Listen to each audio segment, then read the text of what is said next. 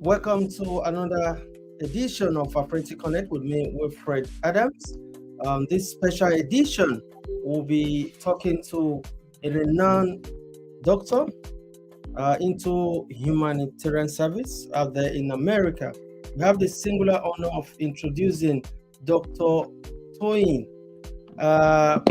Opesanmi, Dr. O, popularly known as Dr. O. A lot of people in Nigeria and, of course, around Africa know her very well for her humanitarian work. Please, for those of people, for everybody watching in Sierra Leone, in Gambia, in Malawi, in the UK, tell us about who is Dr. O and what you do. Good evening, everyone. Thank you so much for inviting me to this August program, and this is a huge honor. I am a family practitioner, HIV specialist, and I treat substance use disorder, that is addictions, in the United States, across different regions in Maryland. I also am co-founder of a non-profit organization, Global Vision Foundation, on which I am also the medical director for. And through that, I do health fairs all across the nation to bridge health disparities in the nation, as well as medical missions to African countries, again, to bridge health disparities, just to, see those who are not able to easily access medical care. I also do a program in education called Medical Mondays with Dr. O that is on Zoom every week, Monday evenings. It's also streamed live on YouTube and Facebook. And on this program, I bring specialists to talk about different disease entities, to educate in how we can prevent disease entities or sometimes treat, even though we don't establish physician-patient care. So that's some of what I do in the health arena. I love this because health, let's say, it's wealth. So when you have good health, you've got everything.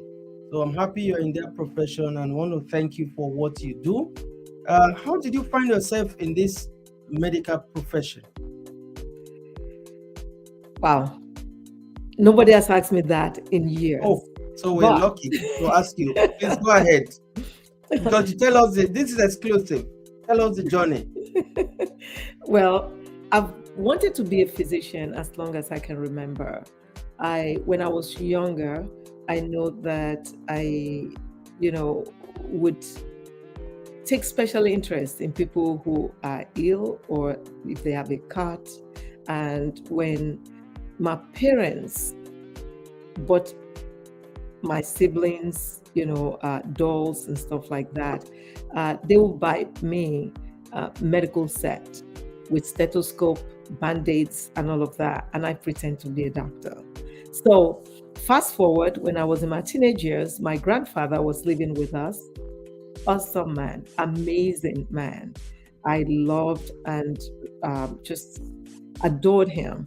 I came home one day and I was the one coming home from school, running to my grandfather's room, found him paralyzed on one side and unable to talk. He was trying to form the words and couldn't, and he started crying. Oh, no.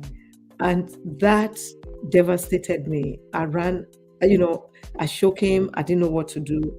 I ran out to get help and learned from our family practitioner then that just checking his blood pressure and treating blood pressure would have prevented that. Our primary care doctor used to come to the house, to see us, but nobody ever checked grandpa's blood pressure or even saw him because he was quote unquote healthy. He never complained of anything. And I, from then, decided that what I would like to do is to prevent occurrences like that. And that was my path to medicine. That's touching. Don't tell me you lost granddad in that or dad in that. So that's incident. Yes, Oh, I fortunate. did, because he never recovered from that stroke. Oh no. It was painful, still painful, Hmm. because it was Hmm. preventable.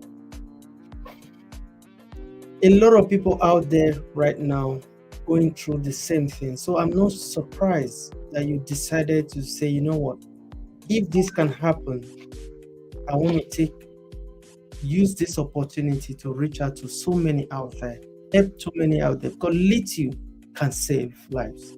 So it's rather unfortunate, and may his gentle soul rest in peace. Amen. And through that, I know you've also inspired many in Africa. Now I know why, you are doing what you're doing passionately. So it's an honor for us on the platform to be able to have that exclusive from you. On that note, my next question would have been, what inspired you? I don't know if it's the same thing, because that's supposed to be my next question to you. What inspired you to what you do, to this mission, reaching apart from this? Is there any other thing that motivated you to start this mission to Africa, that you're blessing, especially the vulnerable ones? That really touched me. My grandfather inspired me, yes. However, when I finished medical school, residency in the US, and went back home on vacations and all, because my grandfather had high blood pressure, I took the health of my parents very seriously. And my father, amazing man, of blessed memory, he was a man with a huge heart. I bought sphygmomanometer, the blood pressure measuring machine, and took it home, gave it to him. I wanted his blood pressure measured and reported to me routinely. He started checking everybody's blood pressure that came to the house. Wow. And he called me and say, you won't believe it, this person's blood pressure was 200 and something over 100 and Oh something. my God. Like, excuse me, Dad, what did you say? That's a walking cup. Yeah. And high blood pressure is a silent killer. We say in medicine, a silent killer, because most people who have high blood pressure don't even know they have it, because they have no symptoms. And most without symptoms can then have a heart attack, stroke, congestive heart failure, kidney failure, or blindness without any warning. So in Africa, it is particularly tough, because I decided I'm coming home. I started with family. I'm just going to come screen all family and extended family members, everybody in the neighborhood. Let's do it. And I saw a lot of need. I saw also that a lot of people cannot afford the care in our African setting.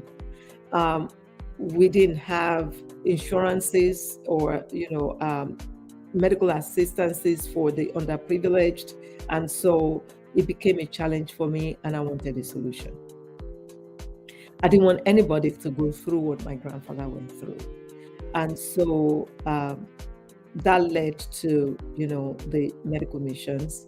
And I praise God for all the Lord has been doing through that, because even during the medical missions, God is amazing, because sometimes I would identify people who need economic empowerment, and I've been able to start businesses for people, to empower them. Health is wealth, yes, but when people don't have resources, also it would negatively impact their health. Anxiety and all of that, causes a slew of other things, even mental health. But I will tell you, Africa is tough, because you see somebody with high blood pressure and you tell them, you have high blood pressure, we need to treat it, this is what we need to do. And they say, hey, No, it they will not tell be you, no, malotix, don't it's worry. plain. I'm fine. Oh, no. But I never had high blood pressure. What do you mean?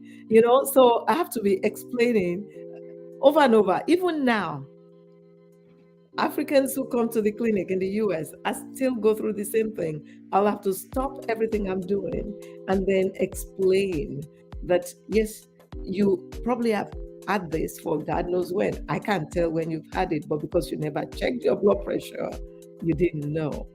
And today we checked it and it is high.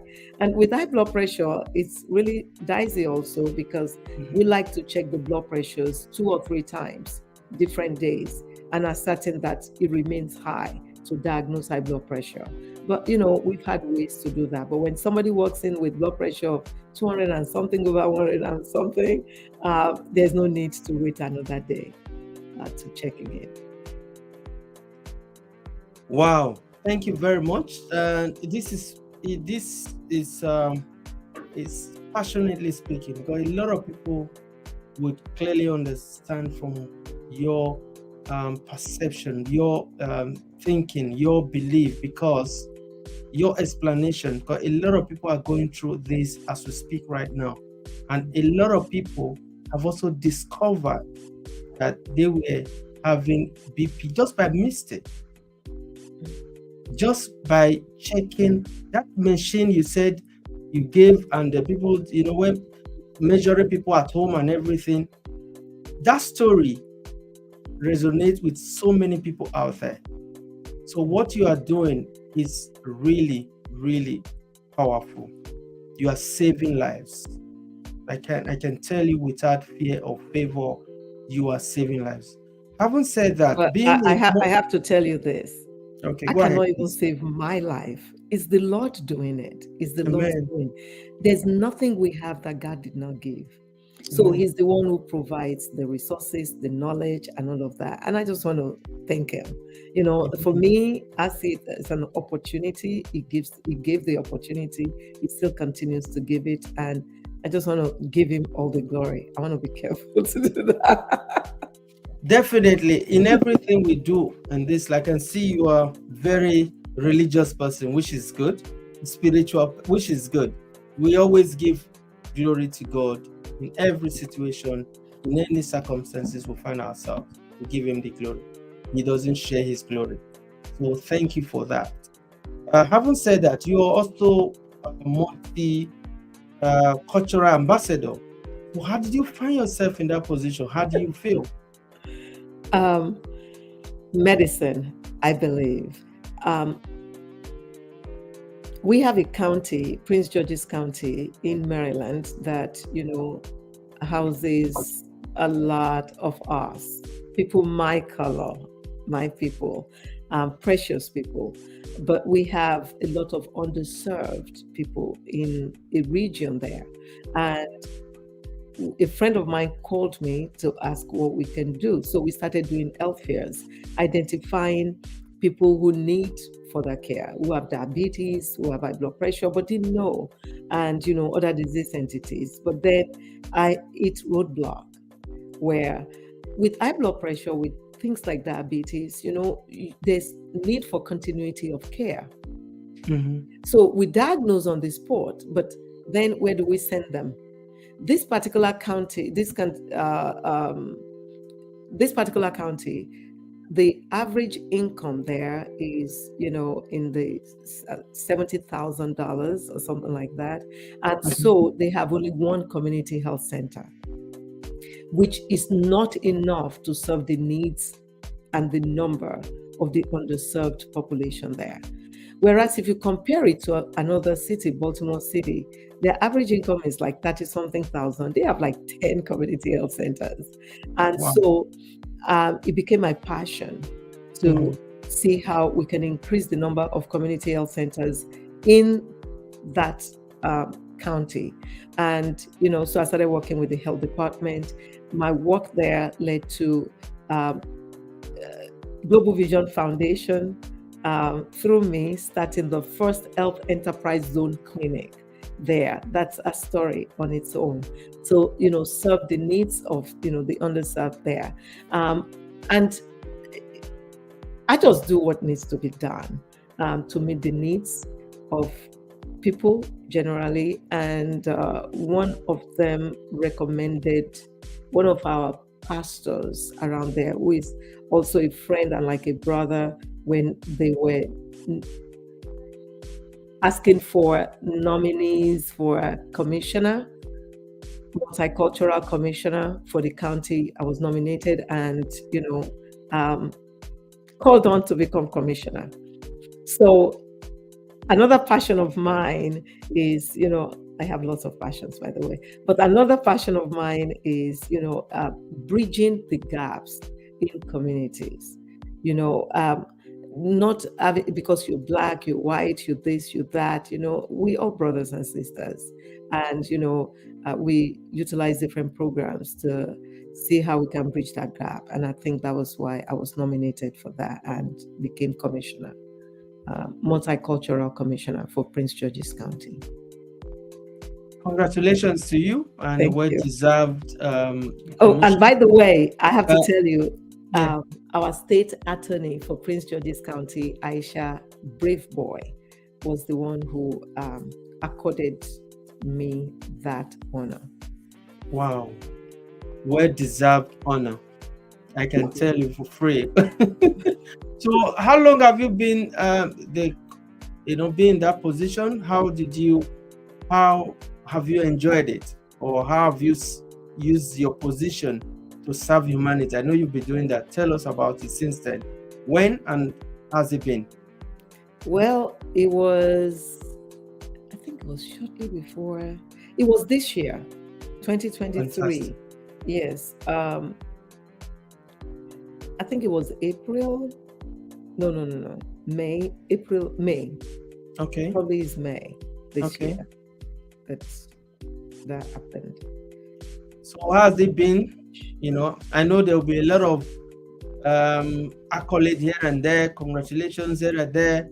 So have you added it to the humanitarian service that you've been doing? Have you tried to spread it apart from within the community, obviously, that decided to make you the ambassador or commissioner, as the case may be?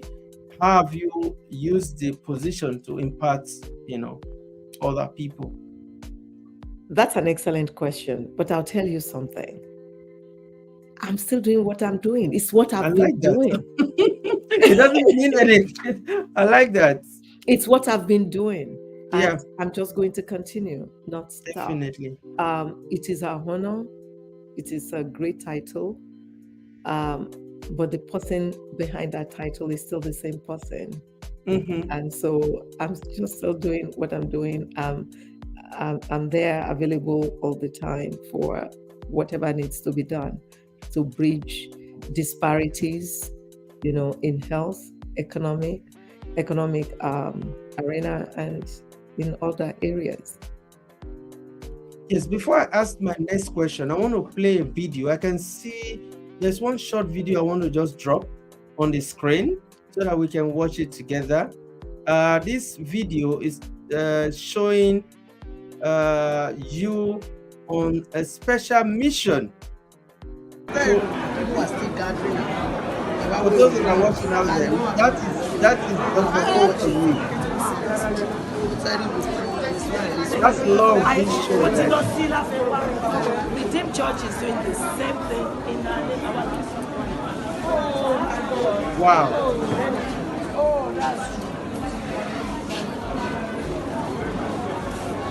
Wow.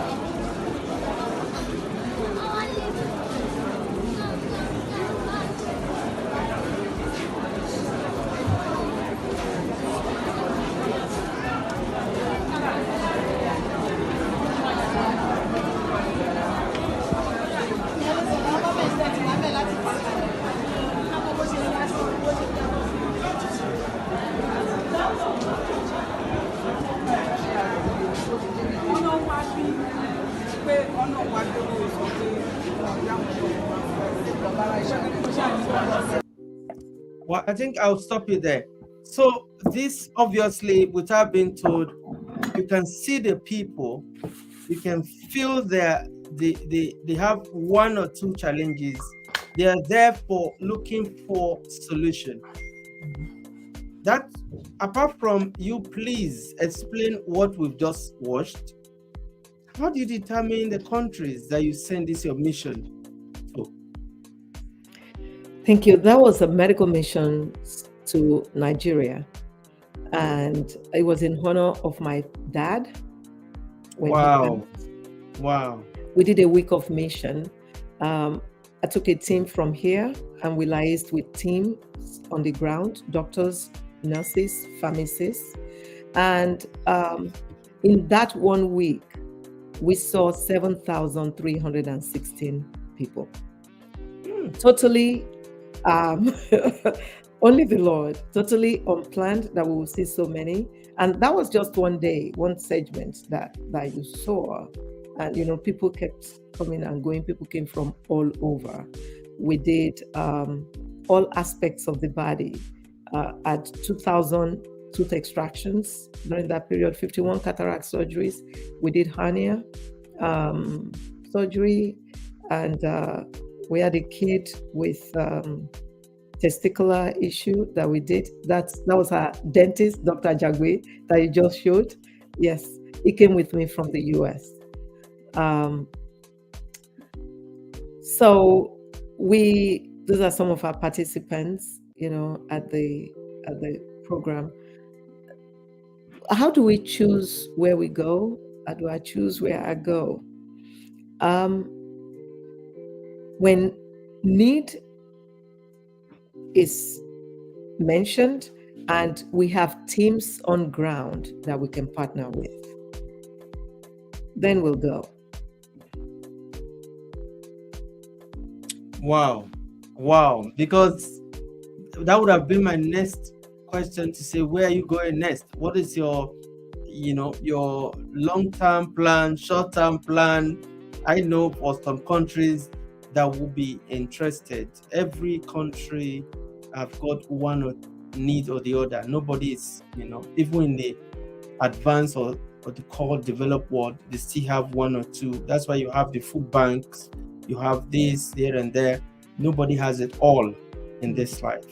So my question would be, where are you looking up to, in your next mission? Next Apart week, from actually, the fact that, go ahead, we'll be in Nigeria next week. Wow. Yeah. That's breaking. You got me there. We'll be in Nigeria next week. We're in Nigeria. Nigeria is big. Yes. Which states are we looking at this time? Lagos. Oh, wow. The center of excellence. Yes. Where you saw the video you just showed was in Abeokuta. Oh, that, yes. Yeah. Abeokuta, That was in Abeokuta, but we'll be in Lagos this time. Wow. Yeah. So you want to use this opportunity to announce, maybe are you inviting people where it will be? For those that watch the program now, they'll be like, oh, let's go there. This is coming up. You want to use the opportunity to talk a little bit about it? Because this is exclusive. It is. It's going to be in Oshodi. Again, if you remember, we go to places that are underserved. In Kenya, I go to the villages. I go to Yaururu, Nakuru, Embe, Thika, Kibera in Nairobi. I go to Kibera, which is the largest slum, I believe, or one of the largest slums in the world. That's where we go to do medical missions in Nairobi. I adopted a deaf school in Embe. So we go to places where needs are. And there's a clinic that opened in Lagos, the Heart Disease Prevention and Training Center by my friend and brother, Dr. Kamelos Ezugu. I'm on his board. It's a state-of-the-art cardiac clinic, and it has primary care components in it. There is room there to do the missions, and so that's where the mission will be holding this next week in Oshodi. I'm really touched. I wish I could be in Oshodi and his environs. I say, come, people, I'll be doing Tankrana. Please come. Oh, Dr. O is coming. Come and be blessed. This is really exciting, and I pray that God continue to bless you and, of course, your team. We're looking forward to working with you, other missions, maybe Sierra Leone, Gambia, Malawi. We will have those discussions together, because you've made it clear that if you have the right partners on the ground, which is very key, yes. You can't just move to a country and do this without having the right partners on the ground. I think Chris Paul Otaigbe, I can see him getting ready. He'll be joining us as we're rounding up. But for the meantime, before he joins us, I still have one more question for you. How many missions? Because I heard you talking about Kenya. How many countries in Africa have you been? How many of these things, surgeries and missions? Just give us a summary before we bring in Chris Paul Otaigbe from Freetown. Not many. Okay, not many. Nigeria, Kenya, and in December 2021 we went to Ghana. Ooh. Ghana opened up. That was fun. That was amazing. Every one of them is amazing when you see lives being changed.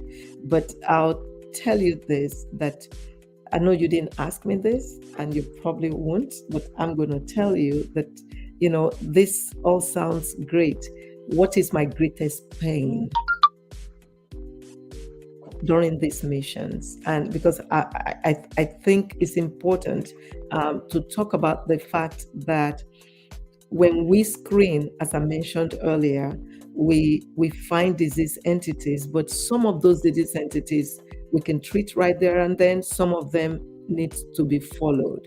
Some of them are chronic things that, like high blood pressure, like diabetes, they need to be continually treated. And I had an experience in Kenya one year, because what we do, we actually collect data everywhere we go. That's how we know exactly that we saw 7,316 people. It's with names, and their demographics. We collect all of those data, what their needs are in that area. There are lots of other things we do apart from just medicine. So one of the questions we asked on the questionnaire is, who is your primary care doctor? Or who is the doctor you see routinely?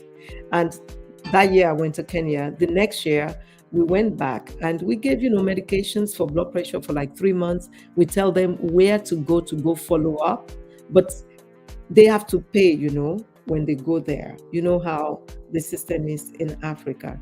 So we went the next year, and in those questionnaires, who is your primary care doctor? People were writing Dr. O. And I'm like, which Dr. O? You. I actually busted out crying.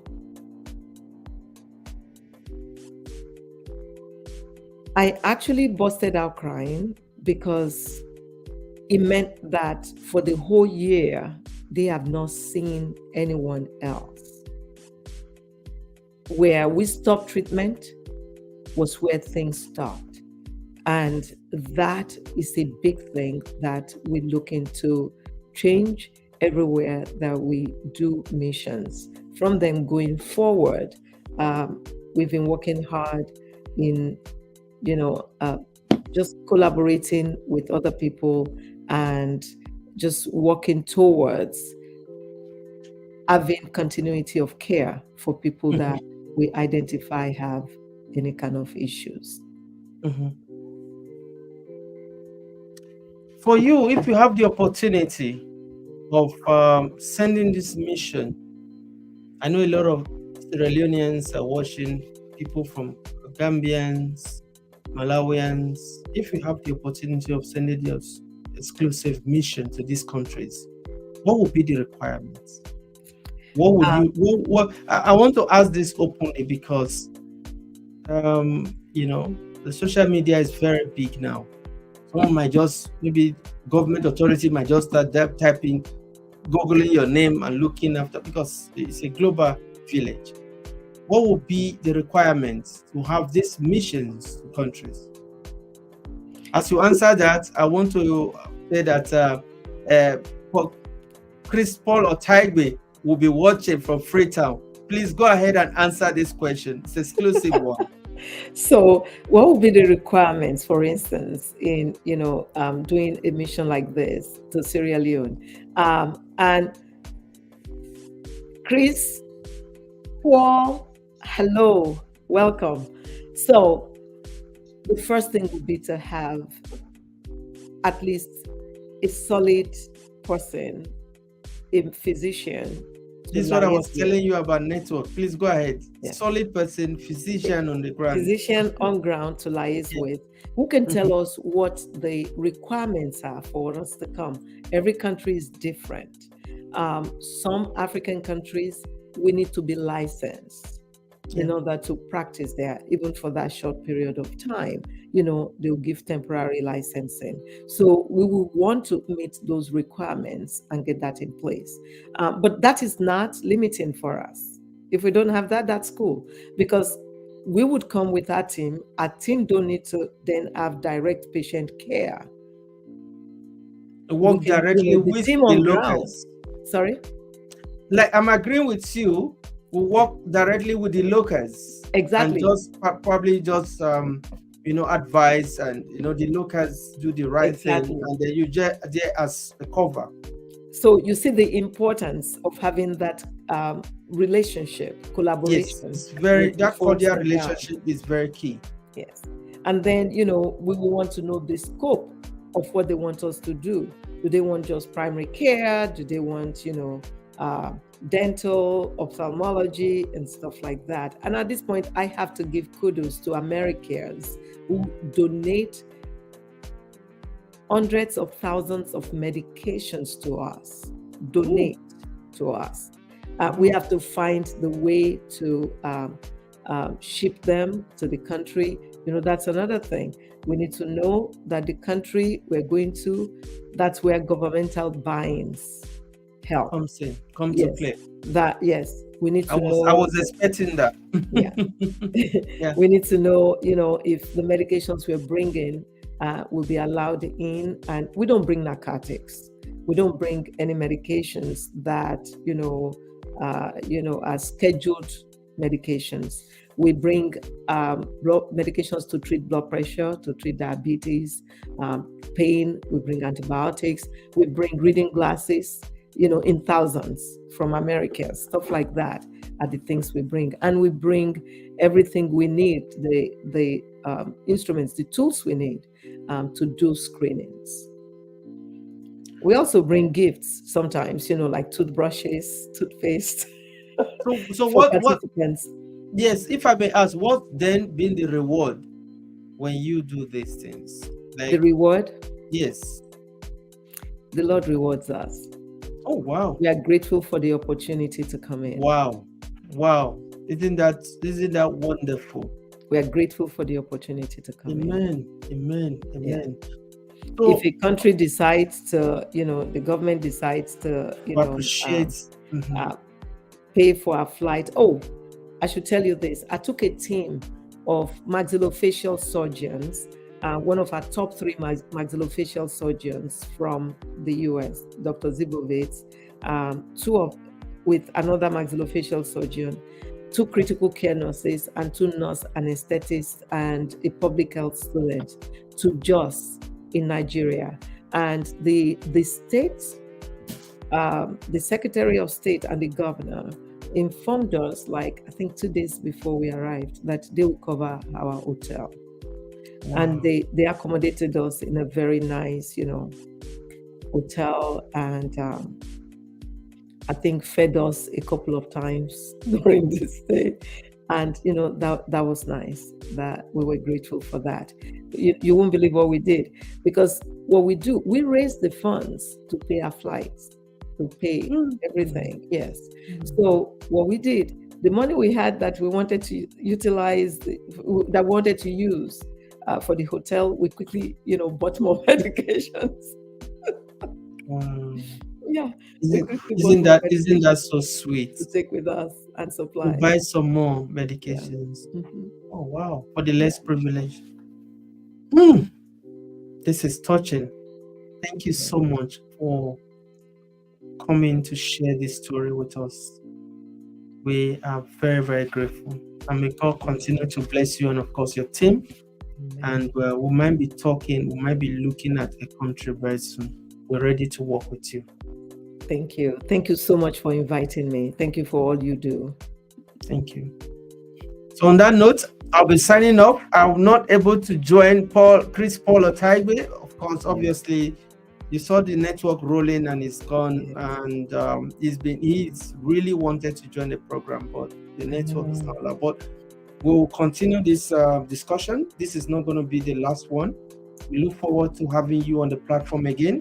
Probably when something comes up, we'll be able to break it exclusive to the followers of this platform. That yes, we've got Dr. O back, and this is what is coming up. That's what we look forward to. On that note, we want to say a big thank you to you, Dr. Toyin. A message to our fans before we sign off? Well, I would say that let us all be safe. Do your preventive health screenings. And if something is identified, please follow up. It is okay to take medications. It is okay, especially in mental health. It is okay to be in counseling and to do the needful so we can remain strong, because strong health will give us a strong future. Thank you. Thank you so much. Your humility also tells in your voice. May God continue to bless you. On that note, I want to say a big thank you for coming on the platform once again. And to you, and God knows who has been watching us. And of course, those that will watch later, we want to say, God bless you all. Thank you, Dr. Thank you. Thank you so much. Have a good night from here in London, London. I know you are somewhere very hot during the day. What time is it, your time zone there? It's 4:39 here now. Okay, it's 9:39 here in London. It's sunny and cold. It's very cold. It's dark. Yeah. It's PM. Thank you so much. Have a blessed week. And you too. Bye-bye. Bye-bye. Thank you very much, everybody that have been following the program. This is all we have for you on the show tonight. Stay tuned for more exclusive from Afrinity TV. Thank you and stay blessed.